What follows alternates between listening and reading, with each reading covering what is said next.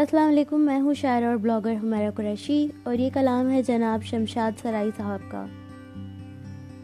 ख़ज़ां की क्या अदाएं हैं कि यखबस्ता हवाएं हैं, पत्थर के पहाड़ों पर बर्फीली सी क़ुबाएं हैं।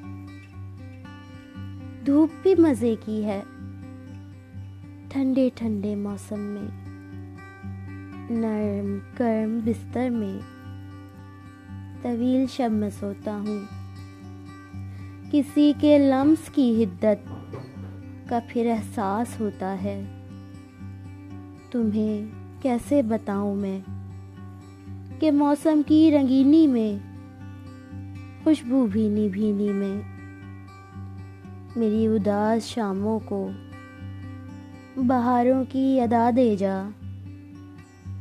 पतझड़ के मौसम में अजब सी एक उदासी है, ऐसे उजड़े मौसम में तसव्वुर उसके मिलने का ख्यालों पे छा गया फिर से।